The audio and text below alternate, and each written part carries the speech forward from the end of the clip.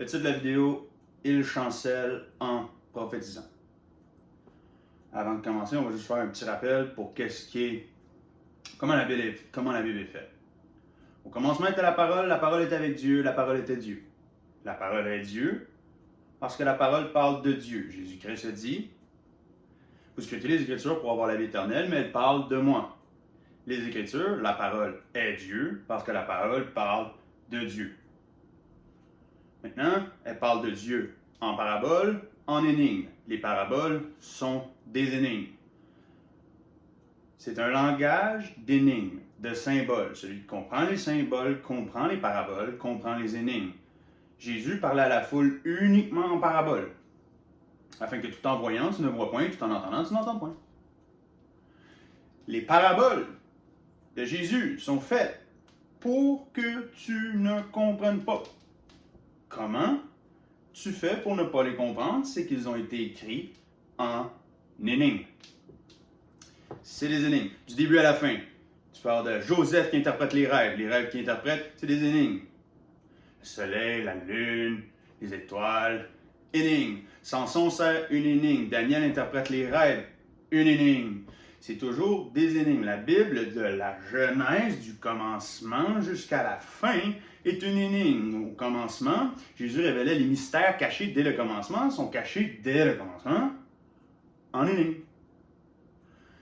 L'Apocalypse, l'apôtre Jean, que celui qui a de la sagesse, que celui qui a de l'intelligence, qui calcule le nombre de la bête et le chiffre de son nom. Ah, une énigme!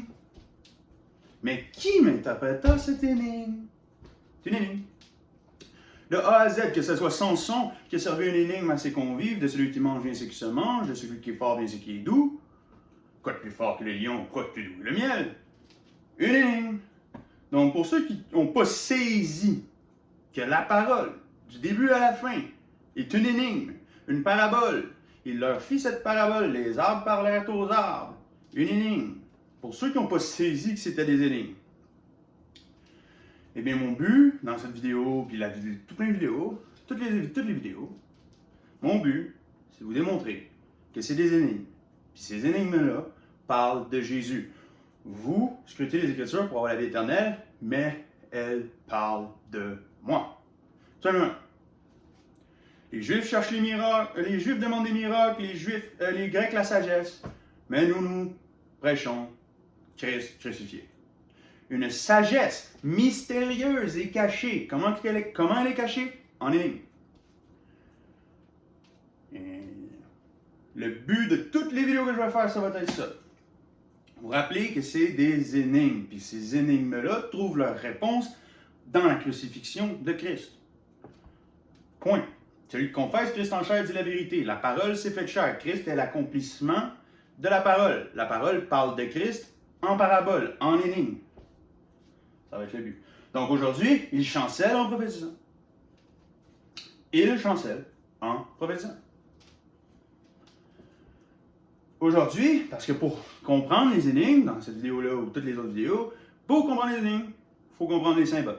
Si tu comprends les symboles, tu as la possibilité de comprendre les énigmes. Si tu ne comprends pas les symboles, tu ne peux pas comprendre une énigme. Salomon, la reine de Séba est allée vers le roi Salomon et elle l'a éprouvé par les énigmes. Et il lui a dit tout ce qu'elle voulait entendre et encore plus. Ou encore, regardez comment l'apôtre Jean éprouve votre sagesse pour savoir si vous comprenez la parole. Il leur ouvrit l'intelligence afin qu'ils comprennent les Écritures. Ce que nous prêchons, c'est une sagesse mystérieuse et cachée, que celui qui a de la sagesse, que celui qui a de l'intelligence, qu'il calcule le nombre de la bête et les chiffres de son nom. On ne le fera pas aujourd'hui, mais je parie que tu es pas capable de le lire. Je parie que je te dis, allez, calcule-le. Tu pourras pas. Pourquoi? Tu comprends pas les symboles. Si tu comprends les symboles, aujourd'hui on va commencer avec l'ivresse. Mais si tu comprends les symboles, tu as la possibilité de comprendre les Écritures, comprendre les énigmes. Easy squeeze, easy. OK. Bing, bang, pif, pouf. Il chancelle en prophétisant. Maintenant, si vous ne me croyez pas, que la parole est écrite d'une manière cachée. Peut-être que vous allez croire le prophète Isaïe. Peut-être. Isaïe 28:7. Mais eux aussi, ils chancellent dans le vin. Chancellent dans le vin. Mais eux aussi, ils chancellent dans le vin et les liqueurs fortes les égarent. Sacrificateurs et prophètes chancellent dans les liqueurs fortes. Ils sont engloutis par le vin, ils sont égarés par les boissons fortes. Ils chancellent en prophétisant. Simple, ça? Ils vacillent en rendant la décision. Toutes les tables sont pleines de vomissements et d'ordures. Il n'y a aucune place de net. À qui veut-il enseigner la connaissance? À qui veut-il faire comprendre la leçon? Est-ce à des enfants qui viennent d'être sevrés, qui viennent de quitter la mamelle? Ordre sur ordre, ordre sur ordre, règle sur règle, règle sur règle, un peu ici, un peu là. Eh bien, c'est par des hommes aux lèvres balbutiantes, d'un autre langage, des langues de feu, que l'Éternel parlera à ce peuple. Il leur avait dit, voici le repos, laissez reposer celui qui est fatigué. Voici la trêve, mais ils n'ont pas voulu écouter. Et pour eux, écoutez, écoutez. Et pour eux, la parole de l'Éternel sera ordre sur ordre, ordre sur ordre, règle sur règle, règle sur règle, un peu ici, un peu là, afin qu'en marchant il trébuche à la renverse et se brise, afin qu'il soit pris au piège et capturé. L'autre langage, l'autre langue, c'est un langage mystérieux, une langue de feu qui a jugé ce peuple. La langue de feu qui a jugé ce peuple, c'est les énigmes. C'est cette sagesse mystérieuse et cachée. Ce qui est mystérieux et caché, c'est la manne cachée. Vainqueur, je donnerai de la manne cachée. La manne, le pain de vie descendu du ciel, Jésus-Christ. Je suis le pain de vie descendu du ciel.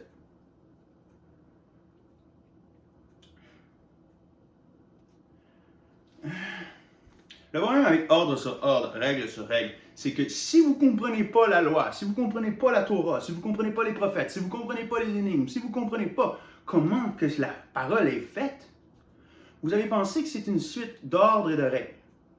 La loi. La loi est venue par Moïse, la grâce et la vérité est venue par Jésus-Christ. Mais la façon, quand vous comprenez les Écritures, l'Écriture ne devient plus ordre sur ordre, ne devient plus loi, mais elle devient prophétie de Christ. Quand elle devient prophétie de Christ, par la connaissance de la parole, il leur ouvrit l'intelligence afin qu'ils comprennent les Écritures, que celui qui est sage, que celui qui est intelligent, qu'il calcule le nombre de la bête, celui qui peut comprendre ces choses-là, a mis fin à la loi. Il met fin à la loi car il comprend que la loi prophétise Christ. Par des énigmes. Mais il faut comprendre les énigmes. Pour comprendre les énigmes, il faut comprendre les symboles. Et chancellent en prophétisant. Le problème, c'est que les gens chancellent en prophétisant. Maintenant, Isaïe 29, 9. Attardez-vous et soyez atterrés, fermez les yeux et devenez aveugles. Ils sont ivres. Écoutez bien, ils sont ivres, mais non de vin. Ils sont ivres, mais non de vin. Ils vous donnent la réponse. Ils sont ivres de quoi? Ivres, mais non de vin. Ils chancellent en prophétisant. Ils chancellent, mais non par les liqueurs fortes. Car l'Éternel a répandu sur vous un esprit d'assoupissement. Il a fermé vos yeux, les prophètes. Il a voilé vos têtes, les voyants. La vision de tout ceci est pour vous comme les mots d'un livre cacheté que l'on donne à un homme qui sait lire en disant « Lis donc cela » et qui répond « Je ne peux pas, car il est cacheté ». Ou comme un livre que l'on donne à un homme qui ne sait pas lire en disant « Lis donc cela » et qui répond « Je ne sais pas lire ». Le Seigneur dit ainsi, quand ce peuple s'approche de moi, il me glorifie de la bouche et des lèvres, mais son cœur est très éloigné de moi, et la crainte qu'il a de moi n'est qu'un commandement de tradition humaine. C'est pourquoi, me voici, l'Éternel va continuer à émerveiller ce peuple par des miracles et des merveilles. La sagesse des sages s'y perdra et l'intelligence des intelligents ira se cacher. Êtes-vous sage? Êtes-vous donc intelligent? Pouvez-vous calculer le nombre de la bête? On va le faire un autre jour. On va le faire un autre jour. Donc, l'ivresse, être ivre, c'est être ivre de sa prophétie. Quand tu es ivre de la prophétie, tu dis n'importe quoi. Tu enseignes ordre sur ordre. Va dans les églises, tu vas voir, ils enseignent ordre sur ordre, précepte sur précepte. Ils enseignent quoi? Miracle et sagesse humaine. Les Juifs cherchent les miracles, les Grecs la sagesse, mais nous prêchons Christ crucifié. La réalité, c'est que la parole n'est ni tradition humaine, ni sagesse des hommes, ni recherche du miracle, mais elle est connaissance de la prophétie. Celui qui comprend les Écritures comprend la prophétie, celui qui comprend la prophétie comprend les Écritures. Et les Écritures, si vous êtes ivre, si vous parlez d'autre chose que Christ crucifié. Celui qui confesse Christ en chair dit la vérité. Au commencement était la parole, et la parole était avec Dieu, et la parole était Dieu. Et la parole s'est faite chair. Celui qui confesse que la parole s'est faite chair, celui-là dit la vérité. Celui qui prend la parole pour annoncer la crucifixion de Christ, celui-là dit la vérité. Toutes les autres sont ivres en prophétisant. Ils chancellent. Ils ont les yeux fermés. Être ivre, c'est d'être aveugle.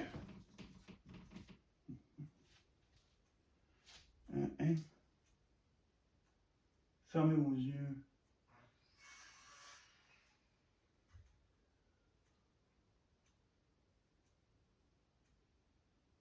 Ah ouais. Non. Vous allez fermer les yeux. Fermez. On va mettre les yeux. Fermez les yeux. C'est de voiler vos têtes. Voiler vos têtes.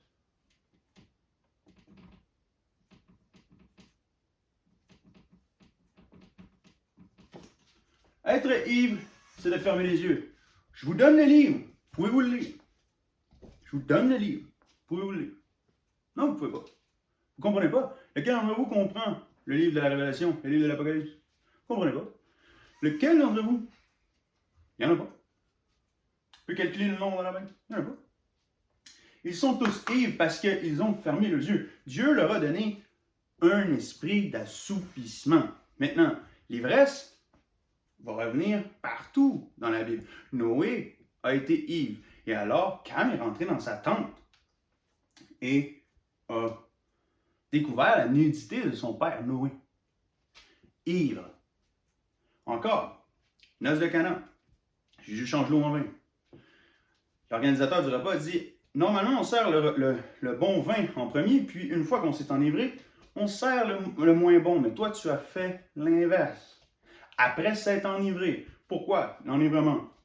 C'est que la première alliance, parce que toujours dans la parole, souvenez-vous de ce que je vais dire, vous devez toujours mettre le sel de l'alliance sur votre sacrifice. Toujours dans la parole, les apôtres, les prophètes, la Torah parlent toujours de deux alliances. Toujours, la marque est là. Toujours deux alliances. La première alliance, c'est enivré. On a servi la deuxième. Meilleure que la première. La meilleure alliance, c'est la deuxième. Après s'être enivré, après avoir chancelé dans leur prophétie. C'est ça que les noces de Cana nous disent. Ce que les noces de Cana nous disent, c'est que la première alliance, c'est m'a chancelé dans sa prophétie. Ils se sont mis à dire n'importe quoi, à parler de leur tradition, à parler d'autre chose que le Messie. Alors, qu'est-ce que Dieu a fait? Dieu a changé l'eau en vin. Le vin. Qu'est-ce que le vin? Qu'est-ce que le vin? Le vin, c'est le sang c'est la vie c'est le Christ. Oui, c'est le sang c'est la vie c'est le Christ. Le vin, Jésus prit la coupe, dit, ceci est mon sang, je donne ma vie pour vous. Le vin, c'est le sang c'est la vie. Ou encore, tu ne mangeras pas de chair avec son sang, car dans le sang, il y a la vie, car dans le sang, il y a la vie. Donc le sang représente la vie. Le vin, c'est le sang, Jésus prit la coupe de vin. Dis, ceci est mon sang, je donne ma vie pour vous. Ou encore, la vie, c'est le Christ. Je suis le chemin, la vérité et la vie, dit Jésus. La vie, le Christ.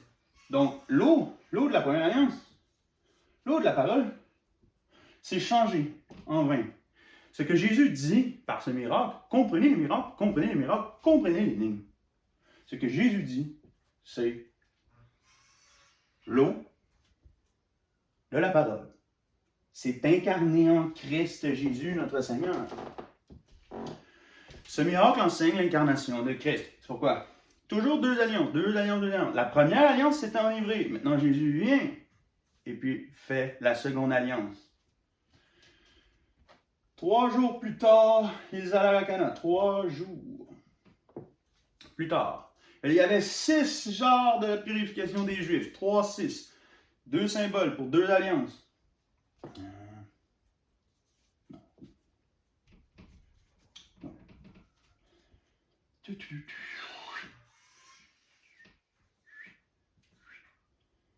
Un, 4, 2, 5, 3, 6.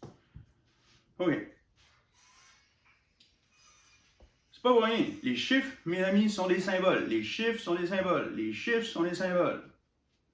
Toujours les chiffres, c'est des symboles. C'est ça? Les jours de la création. Le premier jour de la création, le quatrième jour de la création. Qu'est-ce qu'il fait? La lumière, le 1, le soleil, la lune, les étoiles, le 2. Ils vont ensemble. Le 2 avec le 5, le 3 avec le 6. C'est pourquoi qu'on dit 3 jours plus tard. Et qu'il y avait 6 genres de la purification des Juifs. 3, 6. C'est pour symboliser 2 alliances. Toujours les 2 alliances sont partout. Je vais vous démontrer dans toutes les Écritures. Toutes les Écritures. Toutes les Écritures. Vous me faites rire quand vous dites « Ah, Jésus a été prophétisé, je ne sais pas combien, tant de fois dans l'Ancien Testament. » Non, vous n'avez pas compris, là. C'est toutes les Écritures prophétisent Christ. Toutes les Écritures prophétisent Christ. C'est juste d'une manière énigmatique. Et les chiffres vous servent de symboles. C'est des symboles. Donc après s'être enivré. La première alliance s'est enivrée. Jésus arrive, fait la seconde. Par son incarnation. L'eau change en vin, Jésus-Christ crucifié. C'est la même chose que dire la parole s'est fait chair. La parole s'est incarnée. La parole s'est incarnée. Simple. Vous voyez, je dis la vérité car je confesse l'incarnation du Christ. Je prends la prophétie. Je ne chancelle pas en prophétisant car je prends la prophétie afin de témoigner de Christ crucifié. Les Juifs cherchent la sagesse, les Juifs cherchent les miracles, les Grecs la sagesse, mais nous prêchons Christ crucifié. Donc ceux qui enseignent les miracles en regardant aux noces de Cana, ils n'ont rien compris, ils chancellent en prophétisant. Après ça, même chose. Quand on regarde à ceux qui enseignent la sagesse, comment se comporter, ordre sur ordre, précepte sur précepte, ce n'est ni un ordre, ni un précepte, une déclaration de prophétie. Jésus-Christ crucifié. La parole s'est fait chair. Maintenant, l'ivresse. L'ivresse veut dire que si tu es ivre, si on dit que tu es ivre, ça veut dire que tu prophétises mal. Exemple, acte 2. Les Juifs, il y a le grand tremblement de terre, les langues descendent sur eux, les langues de feu descendent sur eux. Maintenant, ils se mettent à prophétiser, puis les Juifs disent, vous êtes remplis de vin doux, vous êtes ivres. L'apôtre Pierre répond, non, on n'est pas ivre. Car c'est la 3e heure. 3e heure. C'est drôle ça, hein? 3e heure, c'est la 3e heure. Regardez comment Jésus interprète la parole. Vous demandez un miracle, il ne vous sera donné d'autre miracle que celui du prophète Jonas, et tout comme Jonas fut 3 jours et 3 nuits dans le ventre du grand poisson. C'est simple, hein? Il faut de même que le Fils de l'homme meure et ressuscite. Jésus-Christ interprète la parole selon sa propre personne, car la parole prophétise Christ. Donc, soyez comme votre maître. Le serviteur n'est pas plus que son maître. Prophétisez la parole comme Christ la prophétisait. Christ disait, je suis l'accomplissement de la parole. Il n'est pas venu pour l'abolir, abolir la loi, mais pour l'accomplir. Pourquoi? Parce que la loi parle de Christ. C'est pourquoi Christ est la fin de la loi par la connaissance de la prophétie. OK. Mais vous êtes encore sur la loi. Parce que vous regardez à la loi pensant que c'est une loi, pensant que c'est une règle. C'est pas une règle, c'est une prophétie. La journée que vous allez comprendre ça, c'est une prophétie en énigme. Votre vie va changer. On ne peut voir le royaume si on ne naît de nouveau. Vous ne le voyez pas. Si vous ne voyez pas Christ dans les Écritures, dans chaque histoire, vous ne comprenez pas. Donc, ils ne sont pas ivres, car c'est la troisième heure. Et puis, Pierre répond, non, ils ne sont pas ivres. Voici ce qu'avait annoncé le prophète Joël. Et tout comme, voici ce qu'avait annoncé le prophète Joël. Et puis là, il énumère le texte de Joël. Si vous pensez que ce n'est pas une énigme, le texte de Joël, je ne sais pas sur quelle planète vous vivez. Oui, c'est une énigme. Le soleil s'est obscurci, la lune s'est changée d'enceinte, les étoiles du ciel sont tombées sur la terre, avant que le jour du Seigneur arrive. Vous pensez que ce n'est pas une énigme? Oh, moi, ça me semble très clair. Vraiment clair. Allez, lis le texte, dis-moi qu'est-ce que ça veut dire. Tu ne peux le lire. Même si tu sais lire, tu ne peux pas le lire. Tu es comme un homme qui ne sait pas lire. On vient de le dire à Isaïe. Tu es comme un homme qui ne sait pas lire, car tu ne comprends pas la parole. Il leur rouvrit l'intelligence afin qu'ils comprennent les Écritures. Il dit aux apôtres, à vous, je vous parle en parabole. À vous, je ne parle pas en parabole. Mais à eux, je leur parle en parabole. En énigme. Donc, sachez que la parole est une énigme. Juste des énigmes. Toujours des énigmes. De la Genèse à l'Apocalypse. Rares sont ceux qui connaissent le projet de Dieu du début à la fin. Ça ne sera pas la seule vidéo. Je vais vous faire vidéo sur vidéo qui va juste dire toujours la même chose. I'm gonna sound like a broken record. Toujours la même chose. Toujours la même chose. C'est une énigme qui parle de Christ. Une énigme qui parle de Christ. Une énigme qui parle de Christ. 3 jours, 3 nuits. 3, 6. 3 jours, 3 nuits. Oh! Les corbeilles n'étaient pas des corbeilles, c'était des jours. Énigme, énigme, énigme, énigme, énigme. J'espère que vous allez saisir un jour. Mais peut-être pas. Bonne chance. Bonne recherche. Celui qui cherche trouve, celui qui frappe joue. À plus.